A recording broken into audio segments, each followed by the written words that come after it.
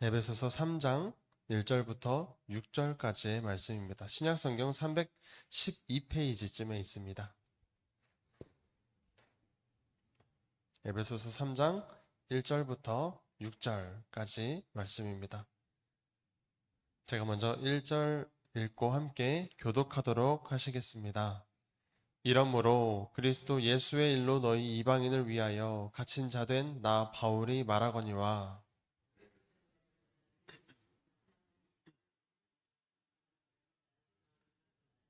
곧 계시로 내게 비밀을 알게 하신 것은 내가 먼저 간단히 기록함과 같으니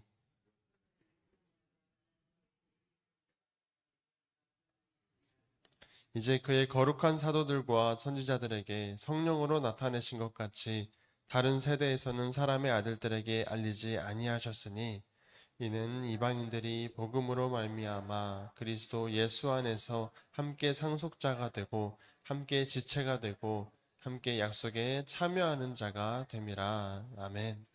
아멘. 우리가 방금 6절까지 읽었지만 3절 전체적인 말씀이기도 합니다.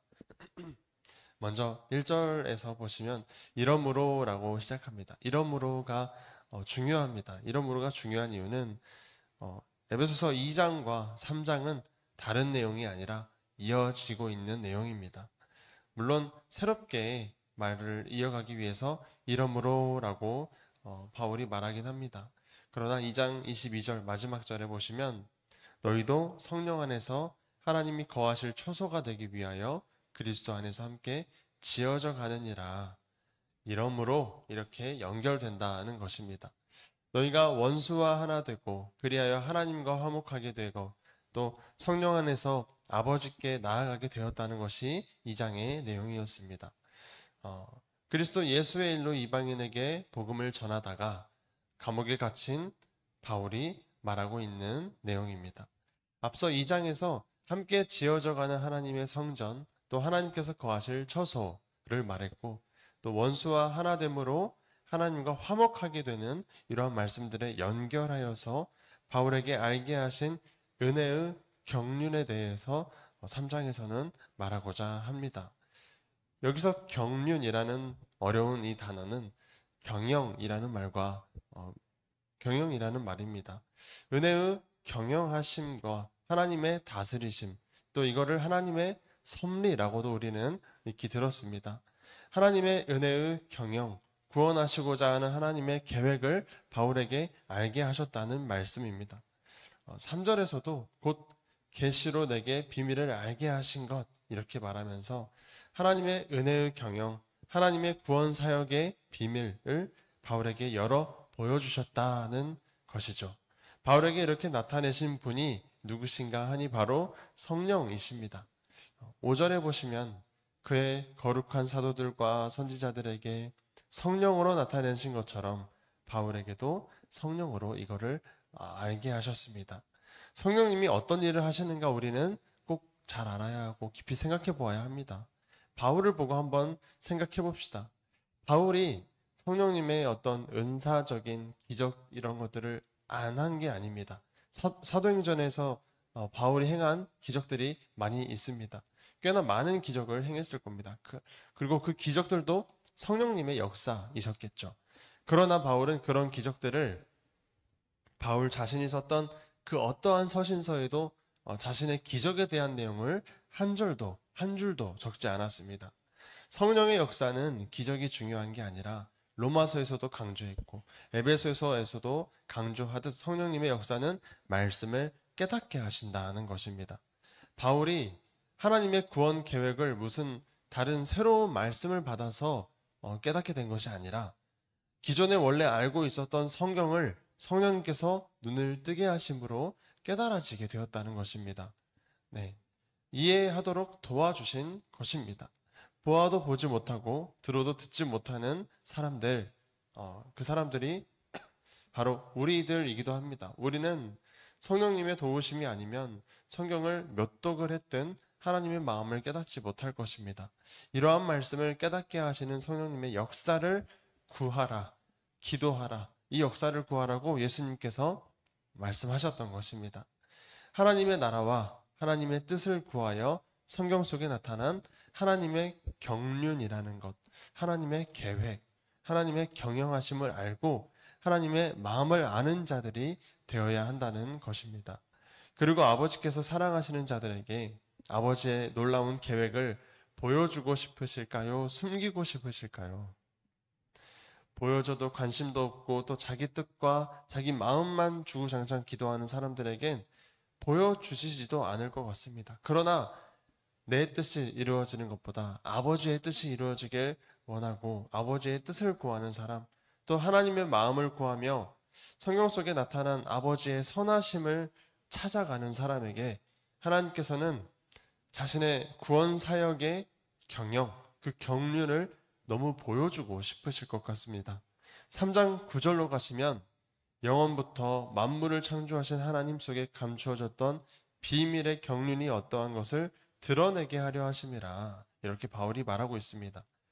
영원부터 만물을 창조하신 하나님 속에 감추어졌던 비밀의 경륜, 이 경륜이 앞서 말씀드렸듯이 하나님의 구원의 경영하심이요, 이 비밀을 사도 바울을 통해 드러내시는 것을 원하신다는 말씀입니다. 이 말이 곧 무엇입니까? 하나님께서는 사람들에게 하나님의 놀라운 계획을 알려주고 싶어 하십니다.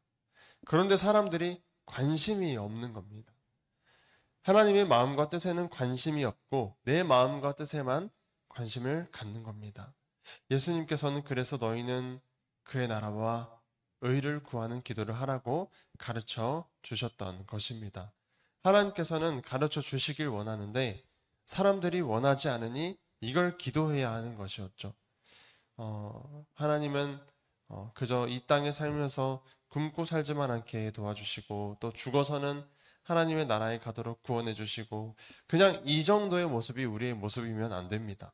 한낱 우리의 소망이 지금 중요한 게 아니라 하나님의 소망이 이루어지는 놀라운 계획이 있고 또 이를 알게 되기를 바란다고 바울은 이런 에베소에 있는 성도들을 위하여 기도하고 있는 것입니다.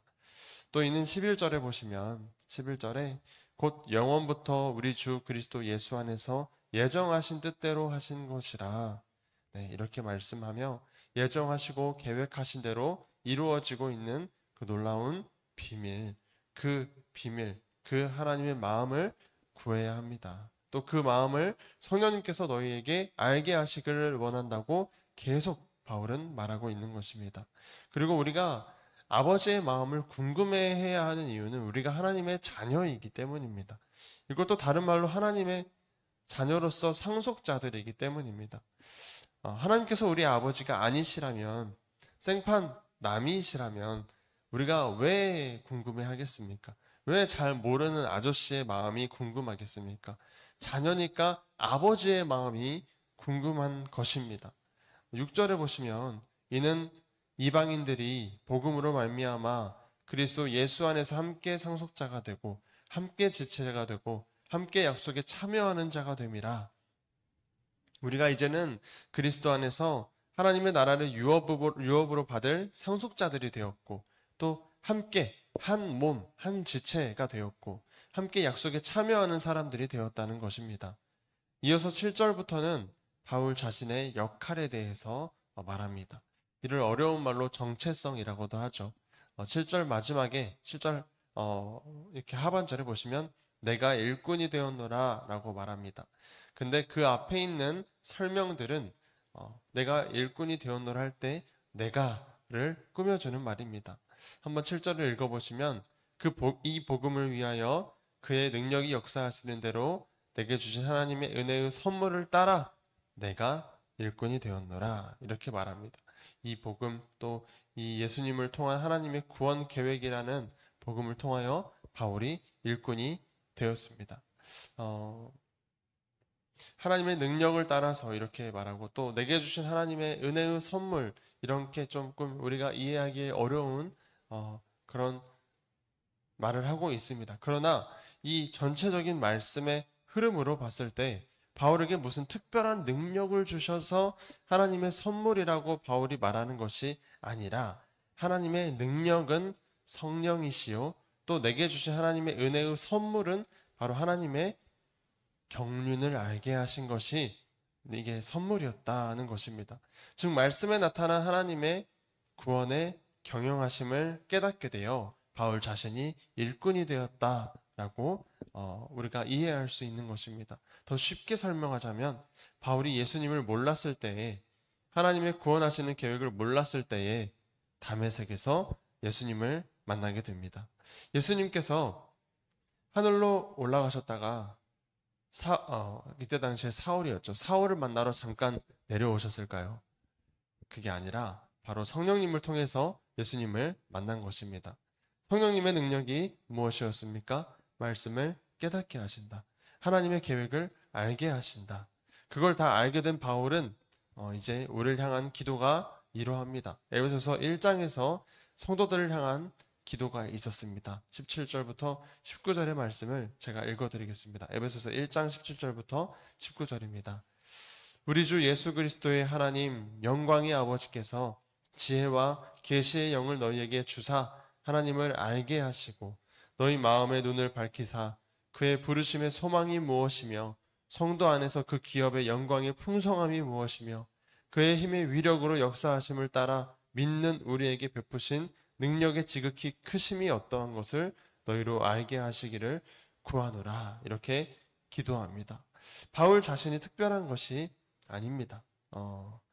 성령님을 만나면 우리가 이러한 하나님의 경륜, 경영하심, 계획들을 성령님께서 알게 하시기를 원한다는 것입니다. 8절의 말씀입니다. 에베소서 3장 8절의 말씀에 이방인에게 전하기 위하여 지극히 작은 나에게 은혜를 주셨다라고 바울은 고백하고 있습니다. 계속 나오고 하나님의 계획, 경영, 또 경륜 이렇게 계속 나오는데 그 비밀이 도대체 무엇인지 궁금하시지 않으십니까? 또 이 비밀은 사실 이전부터 우리가 익히 들었고 계속 들었지만 왜 이게 중요하게 느껴지지 않는지 자꾸만 흘려듣게 되는 그런 말씀들이기도 합니다. 사랑이죠, 사랑. 그러니까 사랑으로 말미암는 구원의 확신, 또 원수를 용서하고 사랑함으로 말미암는 하나님과의 화목, 이러한 것들이 비밀인 것입니다. 우리가 하나님의 마음을 알게 될 때 비로소 억지로 확신을 갖는 것이 아니라 3장 12절의 말씀처럼 우리가 그 안에서 그를 믿음으로 말미암아 담대함과 확신을 가지고 하나님께 나아감을 얻느니라. 이렇게 이 말씀처럼 우리의 구원의 확신과 담대함의 이유는 무작정 확신을 갖고 믿는 믿음에서 오는 것이 아니라 예수님의 말씀을 따라서 살아갈 때 경험하게 되는 하나님과의 또 친밀함, 하나님과의 화목함이 있습니다. 이것을 통하여서 예수님이 나의 구원자, 또 내가 구원받았구나 라는 확신과 담대함이 생기는 것입니다. 한마디로 오늘 말씀을 좀 정리하자면 하나님의 계획에 우리가 관심을 가져야 합니다. 그냥 쉽게 구원하시는 것이 아닙니다. 우리가 원수를 사랑할 때 일어나는 놀라운 일이 있습니다. 이거를 우리가 원수를 사랑할 때 일어나는 놀라운 일을 조금만 말씀드리자면 원수를 용서하고 사랑하려면 먼저 내 자존심이 죽어야 하겠죠. 근데 죽지 않으니 원수를 사랑하게 해달라고 기도해야 하는 것입니다. 그랬더니 어느 날 원수가 사랑스럽고 용서가 되고 일단 이것부터 내가 하는 것이 아니라 내 안에 예수가 사시네, 이거를 발견하게 되는 것입니다. 또 그러고 나니 내 자존심이 죽고 원수에게 손을 내밀며 사랑한다고, 미안한다고 말할 수 있게 됩니다. 나를 죽이는, 나를 산 제물로서 주님께 바치는 진정한 예배를 드리게 되는 것입니다. 원수를 사랑할 때. 또 예수님께서 살았던 그 모습을 우리는 닮아 살아가게 되는 것입니다. 또한 예수님께서 사마리아 여인에게 이 산에서도 말고 예루살렘에서도 말고 이건 지금 장소에서 예배드리는 것이 중요한 것이 아니라고 예수님께서 말씀하시는 것이죠. 여기서도 말고 저기서도 말고 요한복음 4장 23절의 말씀처럼 아버지께 참되게 예배하는 자들은 영과 진리로 예배할 때가 오나니 곧 이때라.